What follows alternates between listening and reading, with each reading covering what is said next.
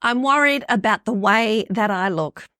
Might sound vain, but over the last 4 years, I've helped more than 1,000 business owners clear anything that is holding them back from speaking on camera, from making videos to grow their brand and their business.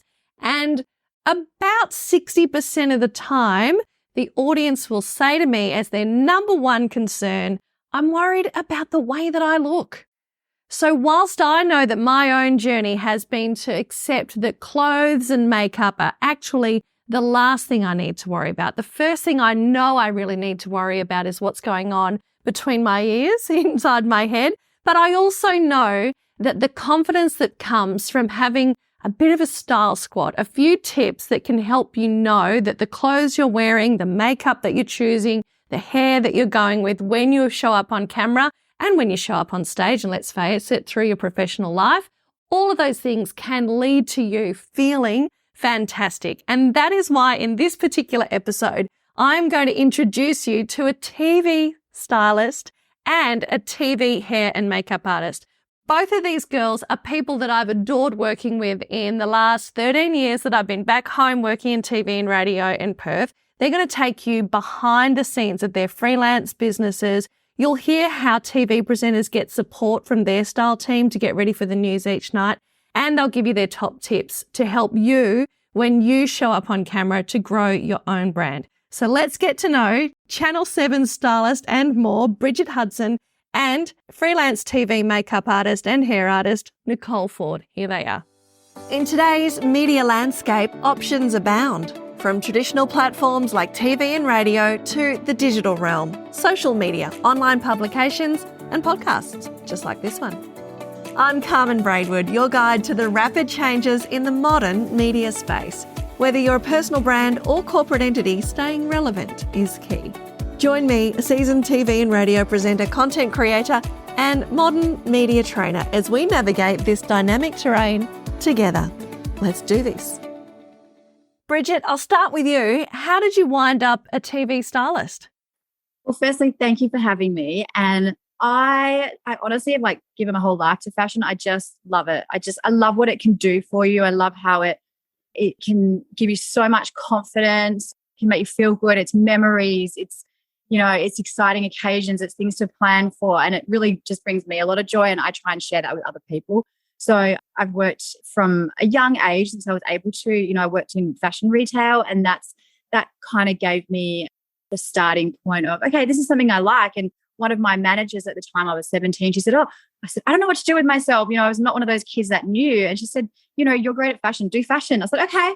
So I went and, signed up for fashion at TAFE, and I did a couple of years of that. And I realized it's a really hard industry. So I took a little bit of a break. I still worked in fashion and I went traveling. And when I came back, I just started being a bit of an entrepreneur. I was selling vintage, customizing, all that kind of thing, had pop-up stores. And I was approached by friends that, makeup artists, photographers who would say, hey, can you style this shoot that I'm doing?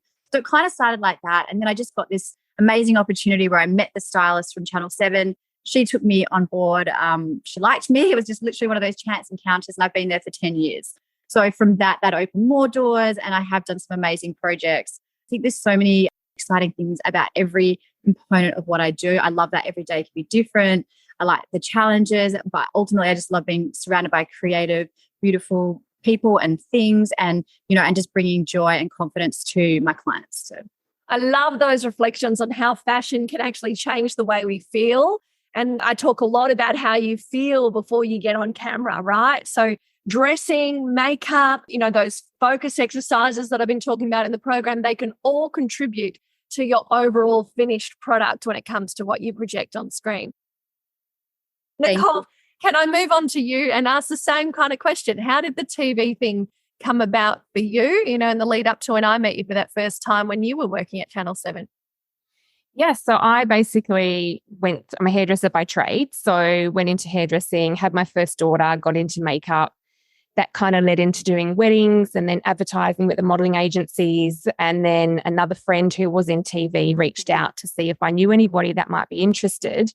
And then I was like, well, I might be interested. So I started with Channel 7 and was there for about 4 years. And then I went across to manage the makeup department at Channel 10. and then made redundant from there, but then went to ABC. So I still do the fashion side and weddings and that type of thing. But I've realized that TV and corporate is what I love doing the most. So I've kind of tried to stay in that field. But yeah, that's kind of how I got in there accidentally and organically, similar to Bridget. And I worked with Bridget at Channel 7. So yeah, that's how I kind of stumbled into it. Yeah, like both of you girls, I'll say this again, you've both provided me with so much counsel and support over the years, and that's where that trust has come from. I can trust each of you to give me really honest feedback, and I think that's a really important part about a relationship you have with anyone that you're working with, whether they're painting your face or giving you advice on what to wear. So that is an awesome thing about each of you. Now, can you talk to me, Bridget, about what a day contains for you? What's it like to turn up at a TV station and dress the people for the news? And what else do you do with your time? Well, every day is different. So for Channel 7, like even Channel 7, even though it's been the same job for the last 10 years, like every year it kind of evolves. So I used to loan a lot of clothing for designers to dress the ladies with. And also things have restructured a little bit. So I do more buying now. And so I spend a lot of my time spending money, which is fun. Who doesn't love that? Yeah, my job is everything from personality management. So really making sure that the people I dress are happy. It's like in some ways having children and everyone has to be happy. I don't want to spend all my money and time on one person. I have to kind of share that around. Managing budgets, managing relationships with people in stores. They look after us and give us generous discounts and can loan us things when we really need it. So I definitely, it's a lot of management in all sense. But yeah, it's a bit flexible. And, although I have a bit of a routine, I can sort of be my own boss and do what I want when I want. It's a lot of fun, really. I cannot complain about that job. I love it. That's why I've been there 10 years. It's only a day and a half a week. So I usually try and go in like all day Monday and half a day on Tuesday. But my team's pretty self-sufficient. So they can dress themselves and I just oversee the process. So that's my week for Channel 7. And then I have a fashion label called Rain the Label, if you've never heard of it. It's a women's cocktail, sort of evening wear. It's a lot of work. It's a labor of love, and it's very again, I get that beautiful relationship building with my clients, and you get to know them and what they like. And then in turn, that helps you design your new collections. So I have a business partner and we work on that at least, 1 to 2 days a week. And then I've also launched an accessories line. So, like statement earrings, just beautiful accessories to complement my label as well as for my clients, because there was always this niche, as far as I was concerned. A lot of clients wanted help with accessorizing. They've got a dress and maybe I help them choose it, but they're like, I don't know now what to do with accessories. So I wanted something that was affordable, but, fun and really brought together the whole outfit. So that's something I've launched recently and I'm spending a lot of time working on that. And of course, I freelance. As a freelance stylist, it could be anything from an STM shoot to something for a store. Like I've worked with Sass & Bite, they might have a style evening. But as well, I'm one of the personal shoppers at Carmen Shopping Centre.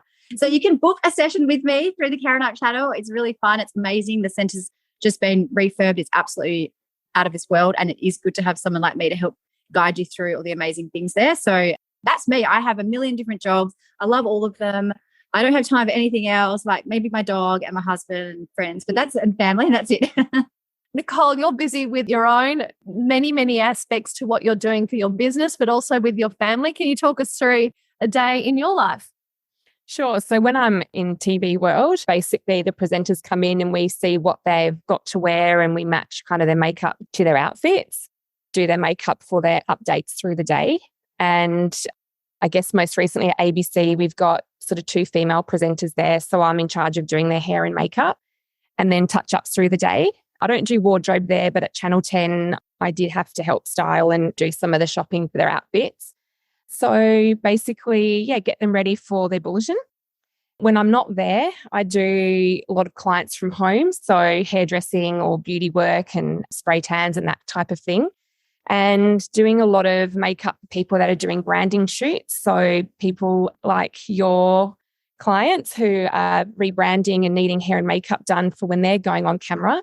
Or I'm doing advertising or promotion shoots, which is including hair and makeup, because generally they want to keep hair and makeup artists together because they're all on a budget. The most recent exciting trip was when we went to Carnarvon for the Bachelorette. So I looked after Brooke And that was a great experience. I was able to take my partner and baby along with me. And then in between that, I guess it's just doing freelance for any reason for someone to need hair and makeup, whether it's for a photo shoot or a family shoot. That's kind of, any reason. Weddings, school balls, those sorts of makeup and hair things. It really is a lifetime thing, isn't it? I think, I met you and really loved the way you did my makeup for TV when I would get those opportunities through radio. And then, that did lead to a makeup lesson and then bringing you to make me up for my wedding because you thought you're not doing this on your own. You're there at my engagement as well. So, it's this lifetime relationship you can have once you build that beautiful trust with a makeup artist. That is beautiful. Can I go to you first, Bridget, then, and tell me your first of 3 top tips to help us with on-camera styling?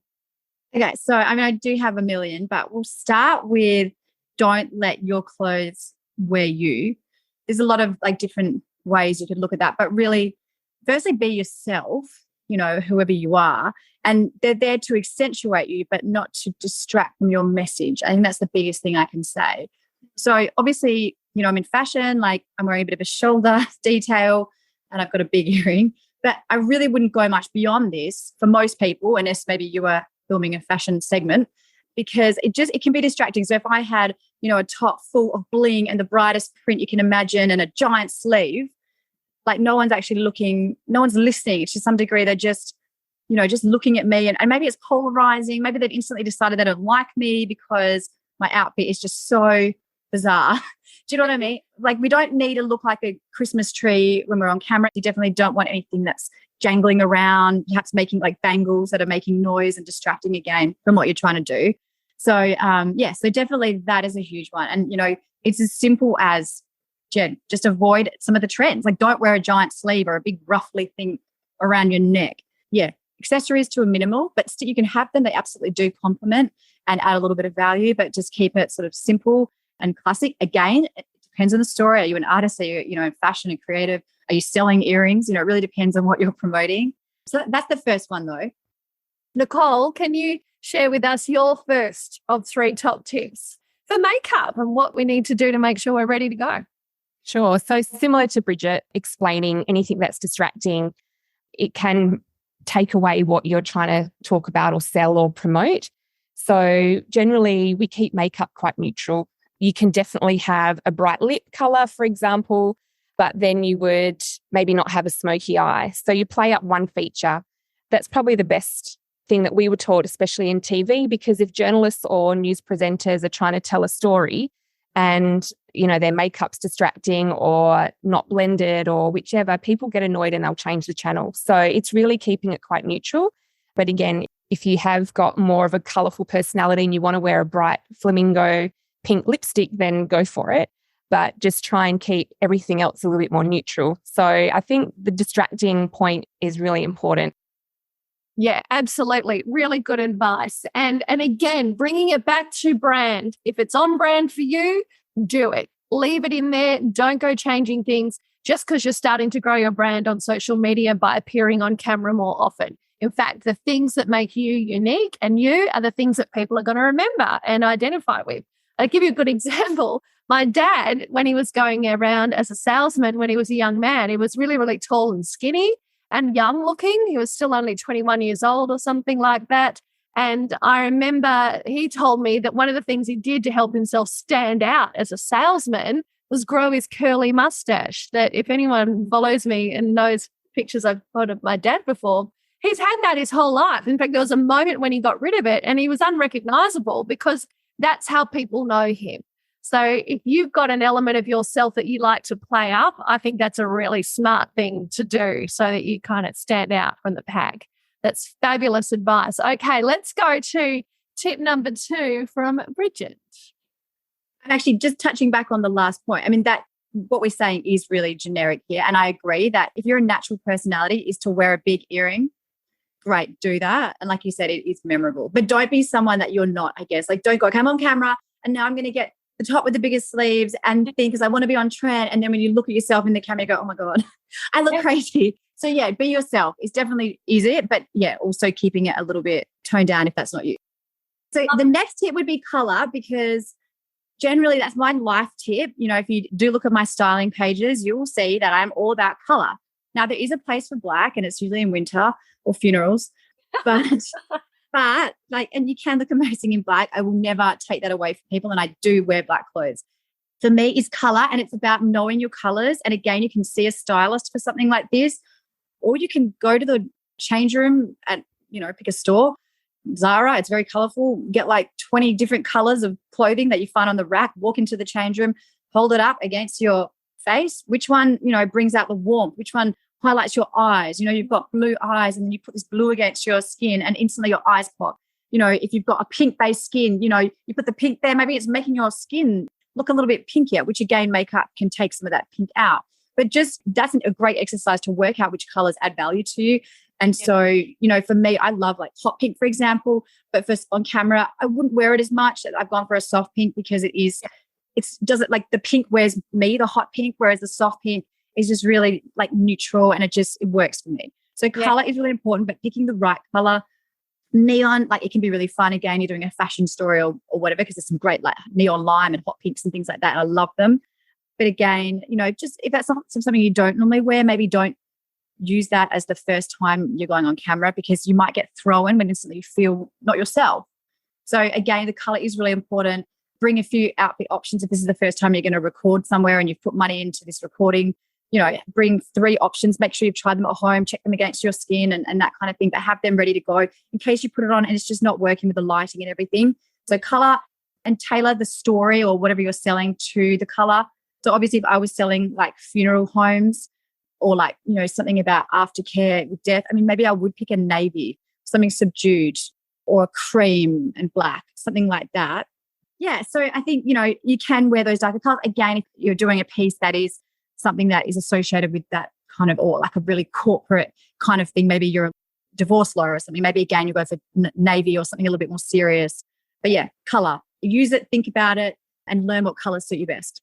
Love that hack for going into the shops to just figure out your own colors. And yeah, just sort of by accident over the years, I've just seen moments where I'll hold up a color and go, oh, wow, that's the one that makes my eyes really stand out. And your skin kind of takes on a glow, doesn't it, when you're wearing the right color? It's a really powerful thing. Are there any colors that don't work on camera just because of the way they show up in a recording? Honestly, it really depends on, because from a news perspective, which is where I do a lot of my on-camera work, we have like green screens, and of course then we can't do green and yellow and those kind of things. Off-white can be a really hard color for a lot of people. Mustards, again, black can drain the life out of you, which is why I avoid black. So, but honestly, if you go for soft colors like pale pinks, pale blues, those kind of colors, usually, again, depending on whether they suit you, or like classic colors like red, navy, green, you're probably not going to have too many problems. Again, if there's a green screen. And think about the background. Where are you shooting? Are you shooting in front of the ocean? Like, is that your background? Okay, maybe wear a color, like a red. Do you know what I mean? You don't want to wear blue and then you're shooting on blue. So think about those details as well when you're working out which color to wear. Love that. Love that. Thank you so much, Bridget. All right. Tip number 2 from Nicole. What's yours? I think the main thing is to not be over shiny in your skin. So making sure that you have powder to matte down the face. Not overly. You still want to have skin look like skin, but I find that if your skin's super shiny, then you're going to have what's hot spots. So generally those areas are across the forehead, sort of around the nose, around the cheek area, and underneath around the chin. So you can set your makeup firstly with a loose powder. And then if you're going on location, you can have a compact powder, because loose powder will tend to maybe open up and go through everything. So a pressed powder, which doesn't add too much color, it's just taking away that shine, like a block powder. They're probably with mattifying the skin and not over having highlights and shiny eyeshadows, or you can have a lip balm or a lip gloss, but if it's too, again, distracting or shiny, then that takes away people's attention. And then if you are on location, then making sure, because you probably have the outdoor lighting, or if you're shooting at home and you've got your actual lights, that tends to sort of wash your skin out. So you can warm up the skin for that reason and use, like, say, a bronzing powder that is matte. So trying to eliminate too much shine is probably, the biggest sin in TV is shiny skin. Okay, back to Bridget for tip number 3 from a styling point of view. Okay, so wearing structured clothing is the next one. So it doesn't mean, everything has to be structured, but it's just an easier way, like kind of an easier mantra. So for example, if you were standing up filming and you wanted to look, you want to flatter yourself, let's face it, that's what we want to do on camera, and you're wearing a baby doll dress because they're really fashionable right now and they're really comfortable too, it's just going to make you look wider, and especially where they're cropping it, like maybe they're cropping it at your waist, is just not going to be as flattering on camera. So I would always stick to something more tailored if possible. I love a suit. I feel like anybody could wear a great suit. And if not a suit, a blazer, a blazer with jeans if it's a more casual thing. All you need is like a cami underneath. It's nice to have a little bit of skin showing. I love a blazer because it does give you that professional kind of look, but it's also on trend and they've kind of been in fashion for such a long time now. So again, the suiting is like my absolute favorite, but again, just a blazer or jeans or a skirt or whatever you want to do with it. There's so many different types of blazers. Like a double-breasted one can be really flattering if you're curvier because it cinches you in at the waist. Maybe if you're a bit taller and a bit more straight up and down, you can get away with those kind of oversized blazers that are in fashion at the moment. But you definitely can't go wrong with a tailored blazer. And suiting, like you can get from a lot of places. I love Zara, Zara has some amazing affordable pieces that look great on camera and really good colored suit. They're always selling blazers and suits and it's super affordable. You can get a whole suit for, $150, $200. Wow. Yeah. That still do kind of last. And color, don't be afraid of color. You need to wear like a beautiful pink suit or a red suit or something different is really nice. Again, just blazer is fine too. Okay, so that's that. But again, just avoiding your floaty styles. You can also wear a structured dress. It could be just a really beautiful, it could even just be structured at the top and, with a short sleeve or a 3/4 sleeve, maybe a nice square neck or V-neck and it cinches you in at the waist and maybe it, is A-line or it's pencil, whatever. But again, something structured is usually going to be more flattering than something really floaty and really puffy and really ruffly. And the more volume you have, generally, the more volume that it might add on camera, especially not knowing how you might be cropped or the angles and things like that. Nicole, time for your third top tip for makeup. Yeah, it's really hard to just pick 3. So I'll try and just keep it at 3 and not try and sneak in some other point. But I think the biggest thing also is blending. So knowing how to blend the foundation down the neck or over the ears or depending on what you're wearing so that your face and body actually match. Generally, our face is a shade lighter than the rest of our body. So, even in a photo, you might look back and go, why does my face look white and I'm, look brown in the rest of my body? So when we're matching our foundation, you try and match it onto your décolletage or turn your face to the side and see what color your shoulder is and try and match that. So blending is really important because otherwise it's distracting. And whether it's eyeshadow that you're blending as well. So if you find that you're not someone who's really amazing at doing eyeshadow, you can still have great makeup by, mascara or having your eyebrows groomed nicely, whether they've tinted or had them waxed or whichever you have done. And, with your blush and bronzer or contour, if you're going to go down that avenue with your makeup, blending is probably the most important thing. What did you think? 3 great takeaways that are going to help you in your confidence to show up on camera or wherever you need to, quite frankly, to grow and promote your brand. I'll share links to Bridget and Nicole's information inside the show notes. But to recap those tips, Bridget, don't let your clothes wear you. Get your colours right, including that amazing tip for doing your own colours when you're out shopping. Didn't you love that? And to wear structured clothing. Each of those has really helped me. And then remember hair and makeup artist Nicole's 3 key tips. Play up one feature at a time. Have a strategy to avoid that really, really hectic shine. It can really derail a shoot. Blend and blend some more was her number 3. Now, if you enjoyed these tips and all of the other tips that the experts that I brought to the table during the first season of Modern Media, I hope that you will give me an email or give me a call and talk to me about my Confidence on Camera program or Modern Media Performer. There's a couple of ways you can engage with these, either as an organisation or individually, and I'd really love to take you through them. So drop me an email, carmen@carmenbraidwood.com.au.